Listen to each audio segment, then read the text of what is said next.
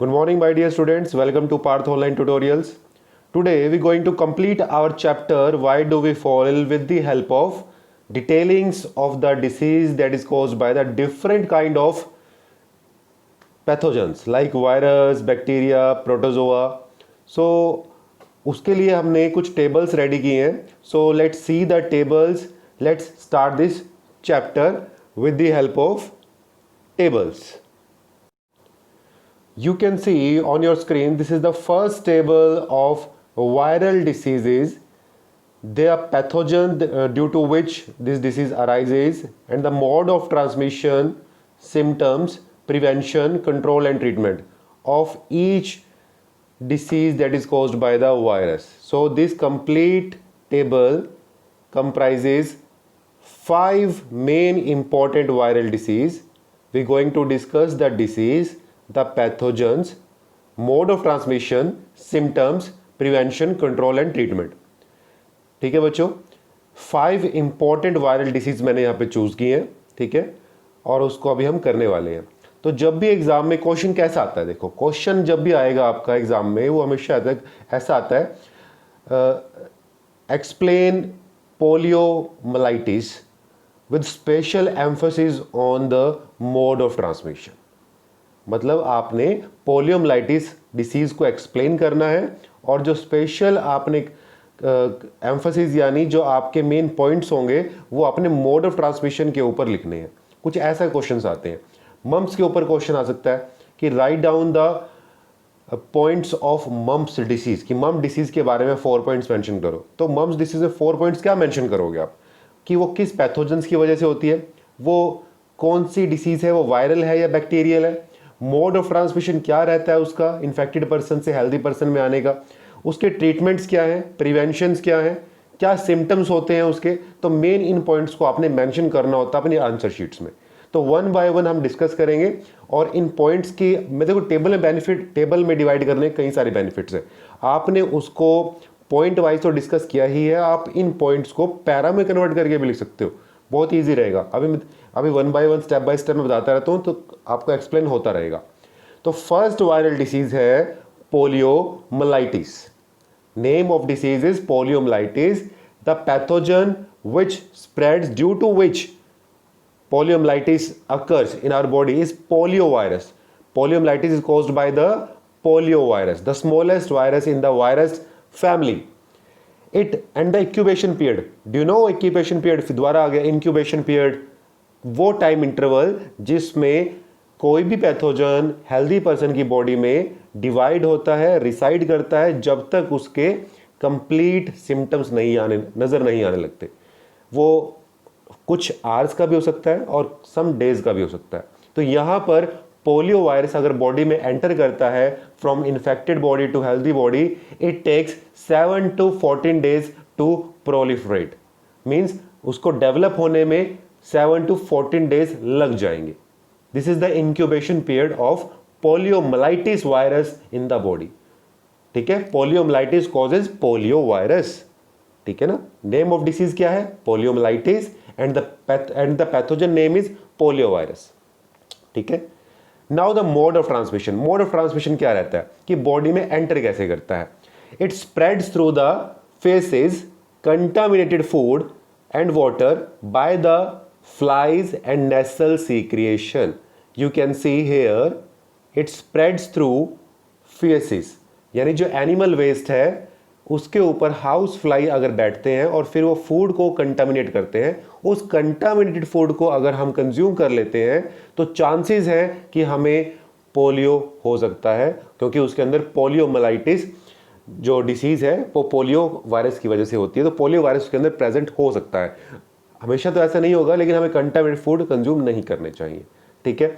या नेसल सीक्रेशन की वजह से. नेसल सीक्रेशंस क्या होती है, नेसल डिस्चार्ज, कि अगर इन्फेक्टेड पर्सन, किसी को पोलियो है, ठीक है ना, किसी को पोलियोमाइलाइटिस डिसीज है और अगर वो नेसल सीक्रेशन करता है या टच करता है नोज को, उसको म्यूकस लग जाता है, नोज का म्यूकस, लुब्रिकेटेड सब्सटेंस, और उसी को ही अगर वो किसी से हैंडशेक कर लेता है तो चांसेस है कि हेल्दी पर्सन को भी पोलियो हो सकता है. कम्युनिकेबल डिसीज है, इन्फेक्शियस डिसीज है. ठीक है ना. सिम्टम्स क्या है, पोलियो के सिम्टम्स क्या होते हैं, limbs and voluntary muscles are paralysed, stiffness of neck, जो गर्दन है उसमें हार्डनेस आ जाती है, अकड़ जाती है, और जो लिम्स होते हैं specially voluntary muscles second chapter tissue में किया था हमने, वॉलेंट्री मसल्स जो आपके विल पावर से रन करते हैं। फॉर एग्जांपल आपके हैंड्स, आप जैसा चाहते हैं, अगर मैं चाहता हूं मेरे हैंड्स ऊपर जाए तो ऊपर चले जाते हैं, मेरे विल पावर से वर्क करते हैं, ये काम करना बंद कर देते हैं। आपने देखा होगा कि जिसको पोलियो जो पेशेंट होते हैं स्पेशली उनकी लेग्स वर्क नहीं करती हैं, उनकी लेग्स वर्क नहीं करती है, लेग्स भी वॉलंटरी मसल्स हैं, उनके ब्रेन का एक्शन नहीं समझती हैं कि जो ब्रेन चाहता है वो नहीं होता, वॉलंटरी मसल्स वर्क नहीं करती। तो this is the symptoms of poliomyelitis, okay, that is caused by the polio virus. और यहाँ पर एक इंटरेस्टिंग बात और भी है कि जो जो आपके वायरस के नेम है, डिसीज के नेम भी वही होते हैं यहाँ पे। जैसे कि पोलियो वायरस है तो डिसीज का नाम भी पोलियोमाइलाइटिस है, याद करना बड़ा इजी रहेगा आपके लिए। नेक्स्ट है prevention, control and treatment. Prevention की बात करें तो हमें वैक्सीनेशन करानी चाहिए। आपने देखा भी होगा कि हर महीने पोलियो की वैक्सीनेशन होती है आपके घर के आसपास। कहते हैं ना 2 बूंद जिंदगी की, एक उनकी टैगलाइन है पोलियो की, 2 बूंद जिंदगी की। वो पोलियो वैक्सीनेशन के लिए ही है कि हम सबको पोलियो वैक्सीनेशन कराना चाहिए। और ये बड़ा प्राउड की बात है कि इंडिया में अभी 2018 में कंप्लीटली इरेडिकेट कर दिया है अपनी कंट्री से पोलियो डिसीज को। पोलियोमाइलाइटिस अब इंडिया में नहीं है, जो पुराने पेशेंट है वो है, न्यू कोई भी पेशेंट नहीं आ रहा है। और पाकिस्तान, अगर जो हमारे नेबर कंट्रीज है, वो भी अचीव करने वाला है इस टारगेट को, ठीक है। और स्मॉल पॉक्स तो काफी टाइम पहले हमने अचीव कर लिया था, अपनी कंट्री से स्मॉल पॉक्स को कंप्लीटली इरेडिकेट कर दिया था, आउट कर दिया था। Got it. तो प्रिवेंशन में आ गया, वैक्सीनेशन आगे आ जाता है इसमें। और अगर हम प्रिवेंशन की ओर बात करें तो हमें इन्फेक्टेड पर्सन को आइसोलेट करना चाहिए।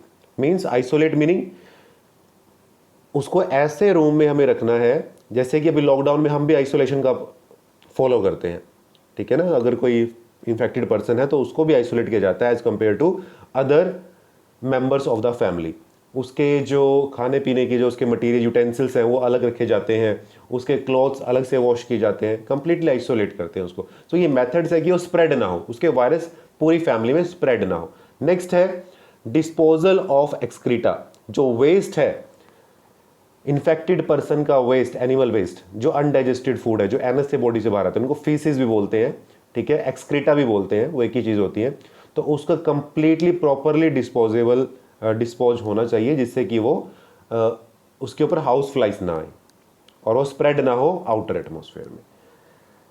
इरेडिकेशन ऑफ फ्लाइज नहीं होगी तो बेटर होगा, स्प्रेड नहीं होगा। स्प्रेडिंग का मेथड है कि फ्लाइज ही ना हो, बट इंडिया के अंदर अभी पॉसिबल नहीं है क्योंकि आपके आउटर एटमॉस्फेयर क्लीन नहीं है, गंदगी काफ़ी होती है और वो प्लेस होता है ब्रीडिंग का हाउस फ्लाइज का। तो अगर इन मेथड को फॉलो करते हैं तो we can prevent the poliomyelitis, okay, and we can control the poliomyelitis. Treatment तो नहीं है क्योंकि वायरल डिसीज का ट्रीटमेंट नहीं होता, प्रिवेंशन ही है और कंट्रोल है, okay. So this is our first viral disease जो अभी हमने कंप्लीट की है। एक टॉपिक भी आता है इसका, पल्स पोलियो इम्यूनाइजेशन प्रोग्राम, वो भी इसमें ही आपने डिस्कस करना है कि कैसे इंडियन गवर्नमेंट ने उसको स्टार्ट किया है और उसमें क्या क्या पैथोजेंस की वजह से वो स्प्रेड होता है, कंप्लीट पोलियो के बारे में एक्सप्लेन कर रहे हैं। अगर हम इन्हीं 4 कॉलम्स को 1 2 3 4 5 इन 5 कॉलम्स को पैरा की फॉर्म में भी लिख सकते हैं, आपका कंप्लीट पैरा हो जाएगा, 3 मार्क्स का बहुत इजीली अचीव कर जाओगे। नेक्स्ट है मम्प्स की बात करते हैं। मम्प्स भी वायरल डिसीज है, मम्प्स, रूबेला, ठीक है। और एक आपका वैक्सीनेशन का नेम भी है MMR, mumps, measles, rubella, 3 viral disease का एक ही इंजेक्शन होता है, वो भी काफ़ी कॉमन है MMR। आई थिंक वो स्कूल में भी आपके एक बार लगा, 2018-19 की बात है, हमारे पार्थ वाले स्कूल में भी वैक्सीनेशन का प्रोग्राम हो चुका है।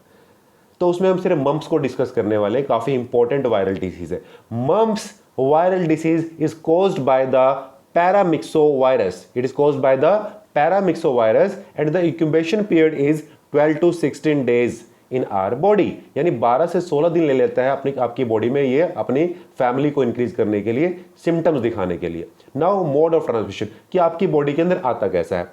Droplet infection directly from the patient, means directly transmission होगी।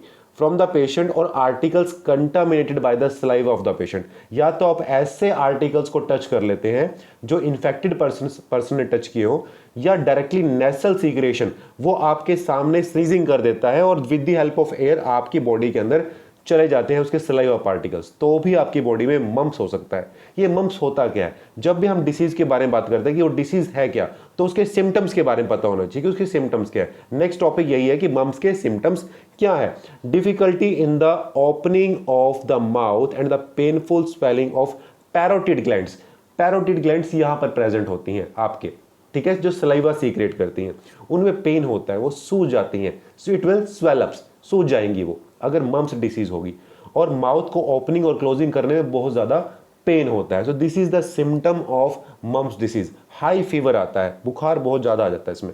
सो this is mumps, this is the symptom of mumps. How can we control, how can we prevent? Because treatment is not available. किसी भी virus disease का treatment नहीं है कि with the help of medicine हम उसको kill कर सके, but we can prevent, we can control with the help of medicine. Again we have vaccination, हमारे पास वैक्सीनेशन है, मम्प्स की वैक्सीनेशन करानी चाहिए जिससे मम्प्स आपके बॉडी में नहीं आता है। How can we control? Isolation of patient, patient को आइसोलेट कर देना चाहिए। Proper disposal of discharge from the nose, यानी जो नोज से सीक्रेट होता है म्यूकस, उसका प्रॉपर डिस्चार्ज होना चाहिए। आपको ओपन में ऐसा नहीं करना है कि स्नीजिंग कर दोगे और कहीं उसको थ्रू आउट कर दोगे।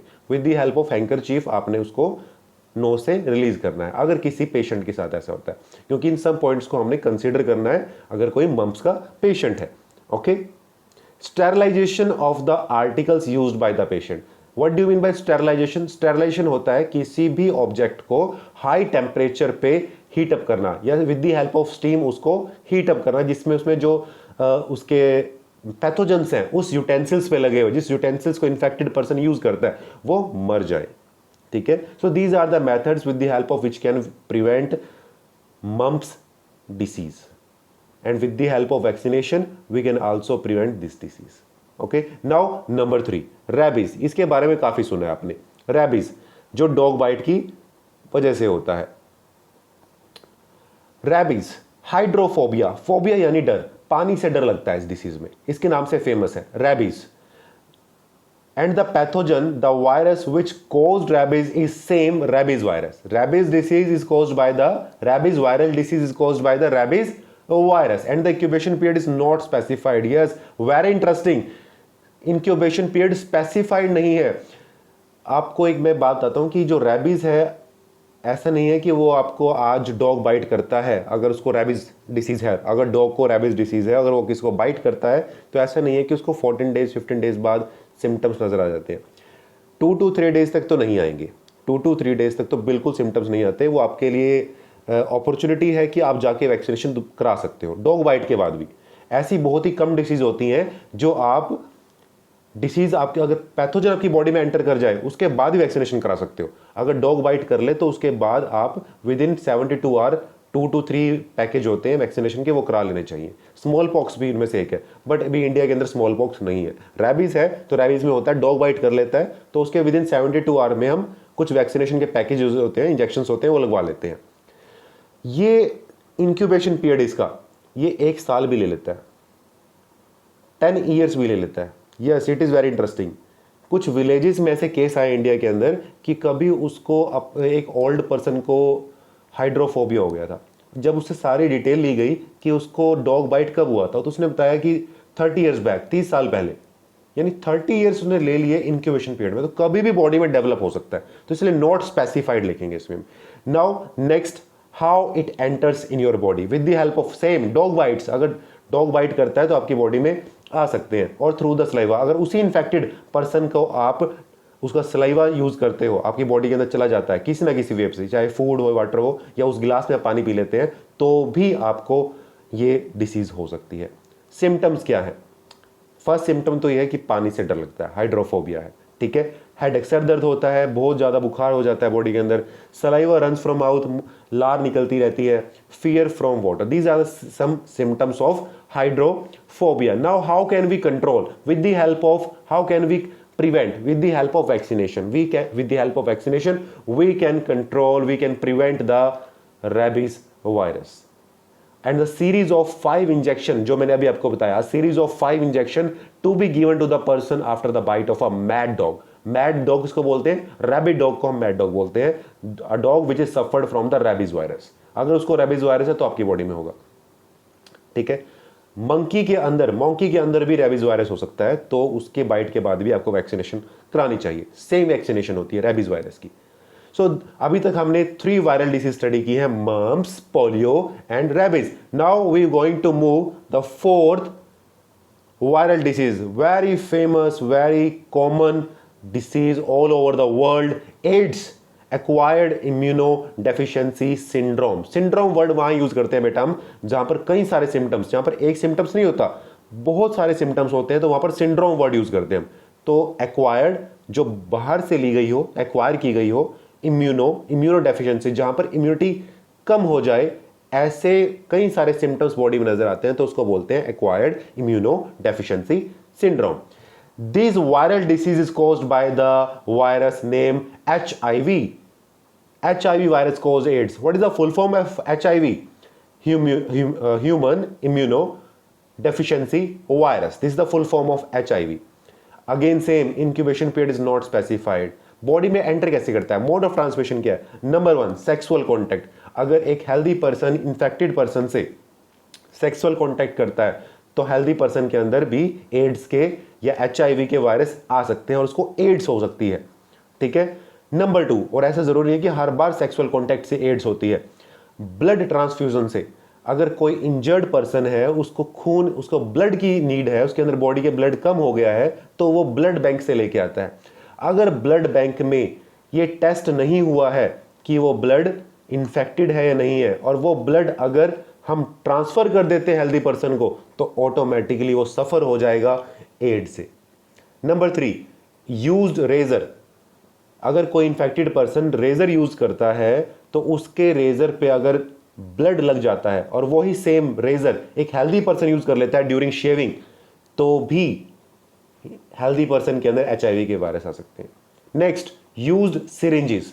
जो सिरिंज यूज करते हैं डॉक्टर्स, वो हमेशा डिस्पोजेबल होनी चाहिए, यानी 1 टाइम यूज के लिए होनी चाहिए। उसके बाद डॉक्टर उसको तोड़ देता है, ब्रेक कर देता है, क्योंकि उसको डॉक्टर को कंफर्म नहीं है कि जो नेक्स्ट पेशेंट है वो HIV पेशेंट है या नहीं है, इसलिए श्योरिटी के लिए वो उसको ब्रेक कर देता है। क्योंकि अगर उसी सिरिंज को वो फिर से यूज कर लेगा तो चांसेस है कि नेक्स्ट पर्सन को भी HIV हो सकता है, और ऐसा होता है। कई बार मिस्टेक हो जाती है डॉक्टर से भी, तो ये डिसीज स्प्रेड हो जाती है, ठीक है। तो ऐसा जरूरी नहीं है कि सेक्सुअल कॉन्टैक्ट से ही होगा।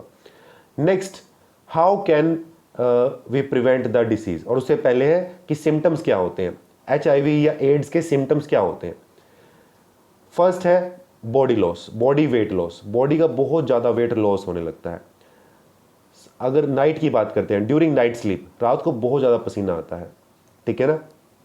स्वोलन लिम्फ, जो आपके लिम्फ ग्लैंड्स हैं वो स्वेल हो जाती हैं, उनमें से जो WBC है वो काफ़ी कम हो जाते हैं। हाई फीवर और इन्फेक्शंस के जो रेट हैं बॉडी के अंदर बहुत ज़्यादा इंक्रीज हो जाते हैं। तो these are the symptoms of AIDS. और एक न्यूज़ है इसमें कि अभी तक भी एड्स की कोई स्पेसिफाइड वैक्सीनेशन नहीं आई है।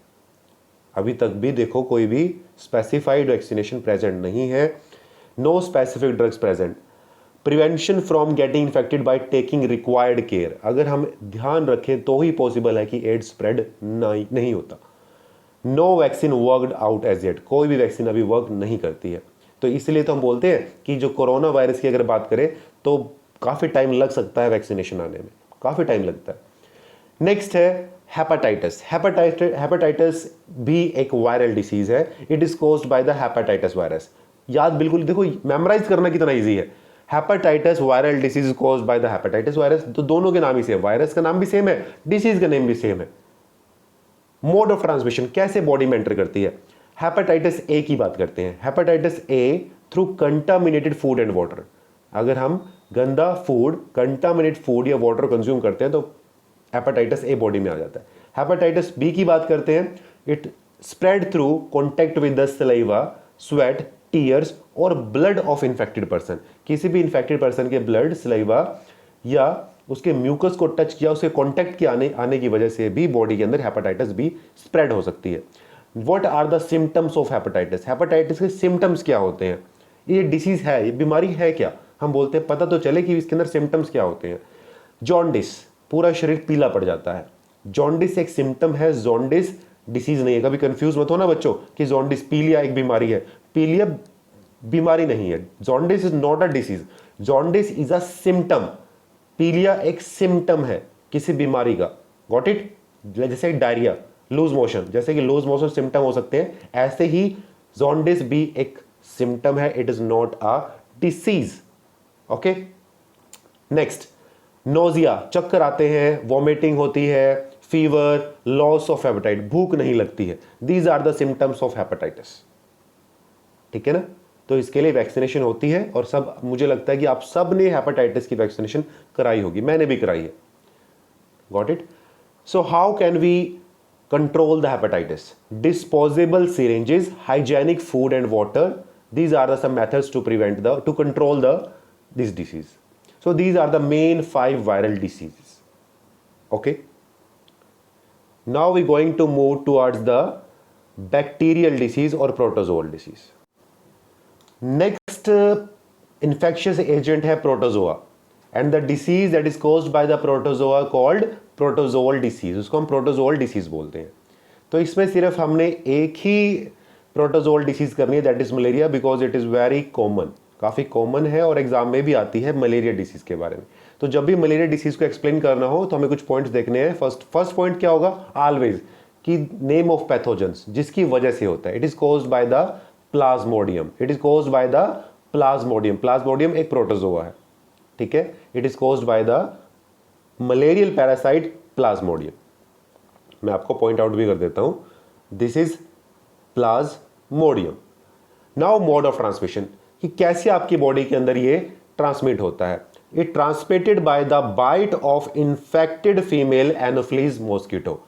उस मॉस्किटो का क्या नाम है, ये आता है मॉस्किटो का नेम एनोफिलीज, क्या नेम है एनोफिलीज, और वो भी मेल या फीमेल, फीमेल। फीमेल ही क्यों, फीमेल क्यों बाइट करती है, फीमेल ब्लड ट्रांसफर क्यों करती है from infected person to healthy person, क्योंकि फीमेल मॉस्किटो को ब्रीडिंग करनी होती है और उसको न्यूट्रिएंट्स या फूड की रिक्वायरमेंट होती है बहुत ज़्यादा। तो उस केस में वो एक पर्सन ह्यूमंस का ब्लड सक करती है, क्योंकि ह्यूमंस के ब्लड के अंदर ही फूड होता है, बार बार करती है, डिफरेंट पर्सन्स के ब्लड को वो सक करती है थ्रू हर बाइट, अपनी बाइट्स के थ्रू। उन पर्सन्स में कोई एक पर्सन ऐसा हो सकता है कि उसके अंदर ही सफरिंग फ्रॉम मलेरिया, और उस मलेरियल पर्सन से वो हेल्दी पर्सन में भी ट्रांसफर कर देती है। मेल्स नहीं करते हैं क्योंकि मेल्स को ज़्यादा रिक्वायरमेंट नहीं होती फूड की, ठीक है ना। नाउ सिम्टम्स क्या है, मलेरिया के सिम्टम्स क्या है, headache, muscular pain, joint pains, high fever, redness of eyes, these are the symptoms of malaria. How can we prevent, हम इसे कैसे बच सकते हैं। देखो, प्रिवेंशन की बात करें तो मार्केट में क्यूनाइन एक मेडिसिन है, उसका नाम क्यूनाइन है, वो यूज़ होती है मलेरिया को किल करने के लिए, मलेरिया के प्रोटोजोआ पैरासाइट्स हैं उसको किल करने के लिए। अभी आपने यूएसए में देखा भी होगा कि डोनाल्ड ट्रंप ने इंडिया से क्यूनाइन, एक HCl क्यूनाइन के नाम से एक सॉल्ट है, उसको डिमांड की थी। वो एक्चुअली मलेरिया के लिए भी यूज़ होता है, लेकिन उसको यूज़ कर ट्रायल चल रहा है कि शायद कोरोना वायरस पे भी उसके इम्पैक्ट्स देखने को मिलते हैं। तो वही मेडिसिन है जो यूज़ होती है प्रोटोजोआ को किल करने के लिए, प्लाज्मोडियम को किल करने के लिए, इसे मलेरियल पेशेंट पे यूज़ करते हैं, ठीक है ना। एक तो वो वे है। कैसे प्रिवेंट कर सकते हैं कि मॉस्किटो की अगर ब्रीडिंग ही ना हो, अगर किसी कंट्री में मॉस्किटो हो ही ना, तो वहाँ पर तो डिसीज ही नहीं होगी मलेरिया, क्योंकि मलेरिया स्प्रेड कौन करता है, फीमेल एनोफिलीज। अगर मॉस्किटो ही ना हो तो मॉस्किटो की ब्रीडिंग होती कहाँ पर है, जहाँ पर वेस्ट होता है, जहाँ पर घरों के वेस्ट, डंपिंग वेस्ट है, खुले में कचरा पड़ा होता है। तो अगर क्लीननेस हो और तो ये पॉसिबल ही नहीं है कि वहाँ पर मॉस्किटो डेवलप हो जाए। तो इसलिए हमें क्लीन करना है अपने सराउंडिंग एरियाज़ को। और अगर सराउंडिंग एरियाज़ को क्लीन नहीं कर सकते तो आपके हाउस में वायर गोजेज होनी चाहिए। यस, जाली वाले दरवाजे, वायर गोज बोलते हैं उसको, क्या बोलते हैं, वायर गोज, वायर गोज, जाली के दरवाजे, जिससे मॉस्किटो आपके घर में एंटर ना कर सके, तो बाइट ही नहीं कर पाएंगे। So these are the ways to prevent the malaria disease, that is a protozoa disease. अभी हम चलने वाले हैं बैक्टीरियल डिसीज, उसको भी हमने 4 to 5 चूज किए, काफी इंपॉर्टेंट बैक्टीरियल डिसीज है वो। Yes my dear students, next है हमारे पास bacterial disease. You can see on your screen the table of complete bacterial disease. You can see the pathogens, the mode of transmission, symptoms, prevention, control and treatment of the bacterial disease in the 5 columns of this table, and we have total 6 bacterial disease, 1 2 3 4 5 6, we have 6 bacterial disease। तो one by one इसको study करते हैं, इनके pathogens को read करते हैं, symptoms को study करते हैं और मेथड देखते हैं हाउ कैन वी कंट्रोल और ट्रीट बैक्टीरियल डिसीज। अब हम ट्रीट कर सकते हैं क्योंकि बैक्टीरिया है, बैक्टीरिया को किल किया जा सकता है, but we can not kill the virus. तो वायरस वाले टेबल के अंदर तो पॉसिबल नहीं था कि हम उसको ट्रीट कर सके, but now here we can treat the bacterial disease. First tuberculosis, first disease कौन सी है? ट्यूबरक्लोसिस। तो अभी इसको मार्क भी कर देता हूं। ट्यूबरक्लोसिस नंबर 1, शॉर्ट फॉर्म में TB. Pathogen and its incubation period. The bacteria which cause tuberculosis is Mycobacterium. The name of that bacteria is Mycobacterium tuberculosis. काफी big name है। Mycobacterium tuberculosis cause the tuberculosis disease and the incubation period in our body is 2 to 10 weeks, यानी 2 से 10 हफ्ते ले लेता है आपकी body में ये डेवलप होने में। नाउ मोड ऑफ ट्रांसमिशन, कैसे फैलता है? Contact with the nasal discharge. Sputum, sputum क्या होता है? जो पेशेंट्स के नोज से जो हार्ड म्यूकस निकलता है उसको स्पटम बोलते हैं, ठीक है। Sputum of patient air droplets while sneezing, यानी एक बात तो साफ है कि नोज के जो पार्टिकल्स हैं उनसे ही ये फैलने वाला है टीबी। तो जब भी हम कफिंग करते हैं, स्नीजिंग करते हैं, स्पेशली टीबी पेशेंट, उसको कवर करके ही या मास्क का यूज करके ही स्नीजिंग या कफिंग करनी चाहिए, क्योंकि एयर्स के अंदर उसके अगर पार्टिकल जा सकते हैं तो दूसरे पर्सन्स में भी वो ट्रांसफर हो सकते हैं। नाउ सिम्टम्स, टीबी के क्या सिम्टम्स है? फर्स्ट कफ, पेनफुल कफ, काफी कफ होती है, ठीक है। Infection of lungs, lungs infected हो जाते हैं। स्पटम कंटेनिंग ब्लड, जो म्यूकस रिलीज होता है, जो म्यूकस निकलता है नोज से, माउथ से, फ्रॉम लंग्स, उसके अंदर ब्लड भी आना स्टार्ट हो जाता है। So these are the symptoms of TB. Now treatment, how can we treat? With the help of antibiotics. हमारे पास एंटीबायोटिक्स है, हम एंटीबायोटिक्स देंगे और ट्यूबरक्लोसिस को किल कर देंगे। हाउ कैन वी कंट्रोल, हम कंट्रोल कैसे कर सकते हैं? आइसोलेशन ऑफ पेशेंट, उस पेशेंट को आइसोलेट करना चाहिए, उसके स्पेशल क्लोथ्स हो, पर्सनल यूनिक क्लोथ्स हो और उसके यूटेंसिल्स भी सेपरेट हो as compare to other members of a family. These are the methods to prevent the और to control the tuberculosis disease. Number 2, cholera. हम कोलेरा आपकी सेकंड बैक्टीरियल डिसीज है, जिसको हम हैजा बोलते हैं, जो समर में काफी होती है। कहते हैं ना हमें वाटरमेलन ज्यादा कंज्यूम नहीं करने चाहिए, इसे कोलेरा हो सकता है, हैजा हो सकता है, वोमिटिंग होती है इसमें ज्यादा। Cholera bacteria disease is caused by the Vibrio cholerae. It is caused by the Vibrio cholerae and the incubation period is 6 hours to 3 days. 3 दिन तक ये आपकी बॉडी के अंदर डेवलप हो सकता है। Mode of transmission, contaminated food and water. अगर मार्केट से हम कंटामिनेटेड फूड या वाटर कंज्यूम करते हैं तो आपकी बॉडी के अंदर कॉलेरा हो सकता है। Now vomiting is the first and the primary symptom of this cholera. With diarrhoea, loose motion भी हो सकते हैं और जो स्टूल होगा, जो वेस्ट होगा, वो काफी थिन होगा, कम लेस विस्कस होगा। जो स्टूल होगा, स्टूल किसको बोलते हैं? एनिमल वेस्ट को, यानी लूज मोशन हो जाएंगे। डायरिया, ही और she will suffer from diarrhoea if, अगर उनकी बॉडी के अंदर कॉलेरा के पैथोजेंस एंटर कर जाते हैं, यानी विब्रियो कॉलेरा अगर एंटर कर जाते हैं। Now what are the treatment? Treatments क्या है? सेम एंटीबायोटिक्स, एंटीबायोटिक्स अवेलेबल है, एंटीबायोटिक्स खाइए, ठीक हो जाएगा। बट ऐसा नहीं है कि हर डिजीज के लिए एक ही टाइप की एंटीबायोटिक्स है, बहुत सारी एंटीबायोटिक्स है, वो डॉक्टर प्रिस्क्राइब करता है कि आपको कौन सी एंटीबायोटिक्स कंज्यूम करनी है, ठीक है।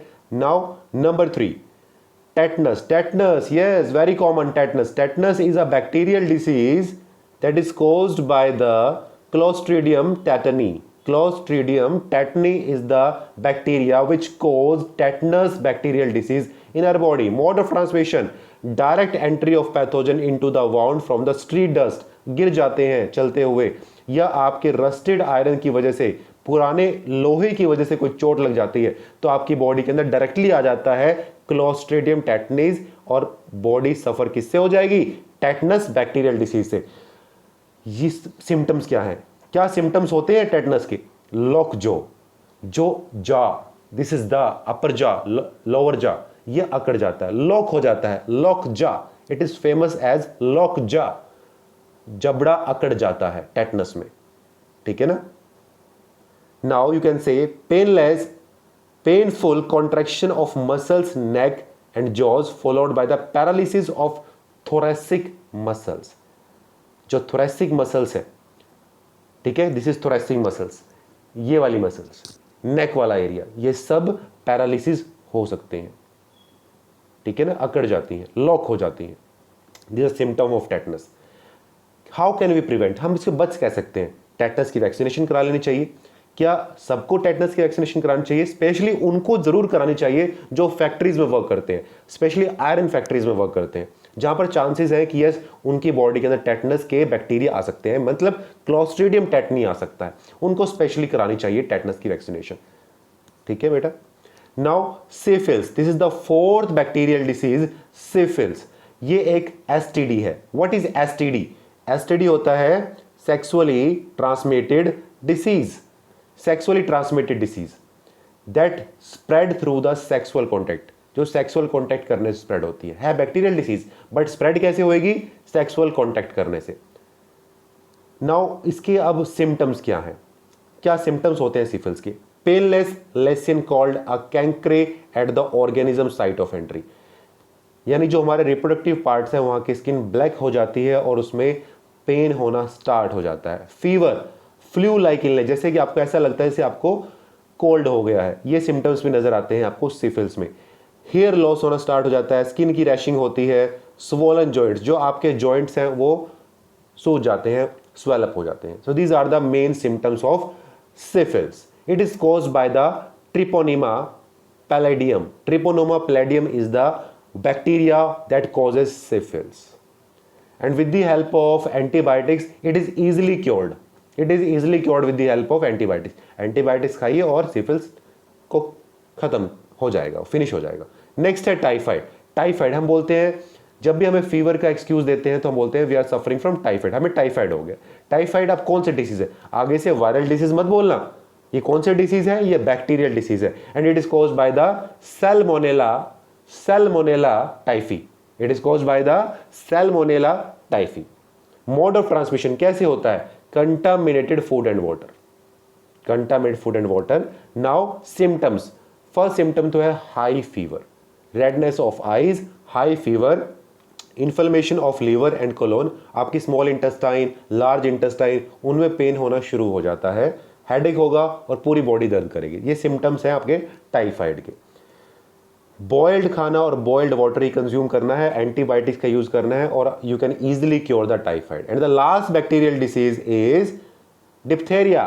Diphtheria, it is caused by the corynebacterium डिप्थेरियाई।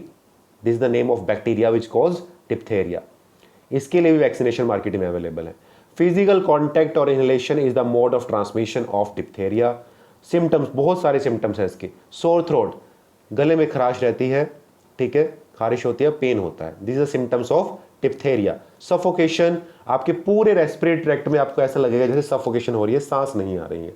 Painful swelling, difficulty in breathing, खाने खाते हुए दर्द होगा, आपकी नोट्स जो हैं वो स्वेलअप हो जाएंगी इस एरिया के अंदर, यानी जो मेन अटैक होगा वो आपके थ्रोट पे होगा, नेक पे होगा डिप्थेरिया का। And with the help of antibiotics we can easily cure diphtheria. तो ये आपकी बैक्टीरियल डिसीज थी जो हमने की। अभी तक हमने बैक्टीरियल डिसीज कर ली है, प्रोटोजोल डिसीज की है डिटेल में, और वायरल डिसीज को स्टडी किया है, ठीक है बच्चों।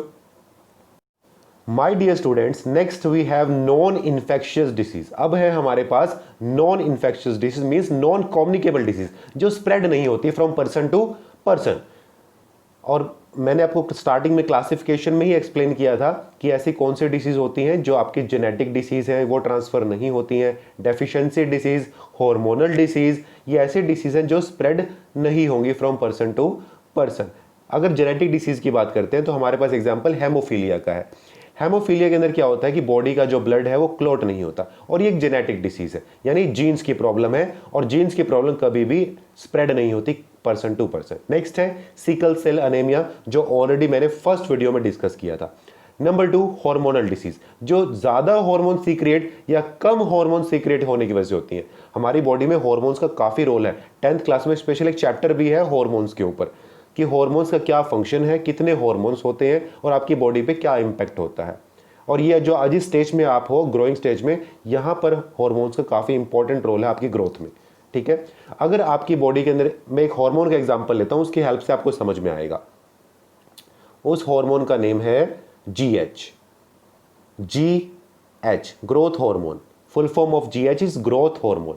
अगर ये हार्मोन ऑप्टिमम कंडीशन में, जितना सीक्रेट होना चाहिए उतना ही सीक्रेट हो, तो नॉर्मल ग्रोथ होती है। अगर GH ज्यादा रिलीज होता है बॉडी में तो बहुत ज्यादा ग्रोथ होने लगती है। उस केस को हम जाइगेंटिज्म बोलते हैं। क्या बोलते हैं? जाइगेंटिज्म। आपने खली का एग्जांपल देखा होगा, खली के बॉडी के अंदर बहुत ज्यादा GH रिलीज हो रहा है। ठीक है, जायंट कहते हैं ही इज सो जायंट, कितना बड़ा राक्षस है ये, जायंट। तो ऐसी बीमारी, ऐसी डिसीज को हम क्या बोलते हैं? Gigantism. It is caused by the excess secretion of growth hormone. क्या ये डिसीज स्प्रेड होगी फ्रॉम पर्सन टू पर्सन? नहीं, ये स्प्रेड नहीं होती। अगर किसी बॉडी में GH कम रिलीज होता है तो वो छोटे रह जाते हैं, जिसको हम बोने बोलते हैं, या बोलते हैं ड्वार्फ। इन इंग्लिश में क्या बोलेंगे? In English we can say dwarf, and that type of disease called dwarfism. This is dwarfism, you can see on your screen, dwarfism, here it is. Diabetes भी एक ऐसी डिसीज है जो hormones की वजह से होती है। अगर हार्मोन्स डिसऑर्डर हो जाए, उसका नेम है इंसुलिन। अगर बॉडी के अंदर इंसुलिन हार्मोन नहीं बनता तो पर्सन सफर फ्रॉम डायबिटीज। कहते हैं he is a sugar patient, उसको शुगर की बीमारी है। क्या डायबिटीज स्प्रेड होती है पर्सन टू पर्सन? नहीं, स्प्रेड नहीं होती। It is not a communicable disease, it is non communicable disease, जो स्प्रेड नहीं होती है। ठीक है बेटा, तो ये आपके हार्मोन डिसीज है, ये भी आपके नॉन कम्युनिकेबल में आते हैं। नेक्स्ट है डेफिशिएंसी डिसीज, जो प्रोटीन्स, विटामिन या न्यूट्रिएंट्स की डेफिशिएंसी की वजह से होते हैं। Protein, vitamin A, B, C, D, K, fluorine, these are the minerals, iodine भी मिनरल है। इनकी कमी से जो डिसीज है, you can see on your right hand side in your table. ठीक है बेटा, इनके सिर्फ नेम याद कर लेना सफिशिएंट है। नेक्स्ट है लास्ट में पेप्टिक अल्सर। पेप्टिक अल्सर के बारे में भी थोड़ा सा एक नोट है, उसको भी हम रीड कर लेते हैं, हमारे NCERT के अंदर भी अवेलेबल है। पेप्टिक अल्सर की बात करें तो एक ईयर था हमारे पास, अगर ईयर का एग्जांपल लेते हैं हम, ये बात 1800 की है, अराउंड 1800। उस टाइम काफ़ी कॉमन था peptic ulcer. Peptic ulcer stomach की एक डिसीज़ है। उस टाइम ऐसा समझा जाता था काफ़ी पुराने टाइम में कि ये स्ट्रेस ज़्यादा लेने की वजह से होती है। अगर हम स्ट्रेस ज़्यादा लें, बहुत ज़्यादा सोचें, तो पेप्टिक अल्सर हो जाता है, यानी छाले पड़ जाते हैं, अल्सर हो जाता है स्टमक के अंदर, स्मॉल इंटेस्टाइन की जहाँ पर स्टार्टिंग होती है वहाँ पर। लेकिन ऐसा नहीं है। हमारे पास जो साइंटिस्ट हैं, उन साइंटिस्ट का नाम मैं आपको बताता हूँ, बैरी मार्शल और रॉबिन वॉरेन। इन्होंने डिस्कवरी की और इन्होंने फाइंड आउट किया it is not a stress disease but it is a bacterial disease. ये एक बैक्टीरियल डिसीज है that is caused by a helicobacter pylori. उस बैक्टीरिया क्या नाम है बच्चों? Helicobacter pylori is the name of bacteria that cause peptic ulcer in our body. इसलिए उनको नोबेल प्राइज भी मिला मेडिकल फील्ड में 2005 में। तो अभी आपको पता चल गया कि जो पेप्टिक अल्सर है वो एक बैक्टीरियल डिसीज है और ये स्ट्रेस लेने की वजह से नहीं होती है। सो ये आपका कंप्लीट चैप्टर था। आई थिंक काफ़ी इंटरेस्टिंग रहा आपके लिए। आपको जितनी भी डिसीज है उन सब के बारे में सीखने को मिला इससे। ठीक है, नेक्स्ट लेक्चर में हम नेक्स्ट चैप्टर स्टार्ट करेंगे। तब तक के लिए thank you so much, bye.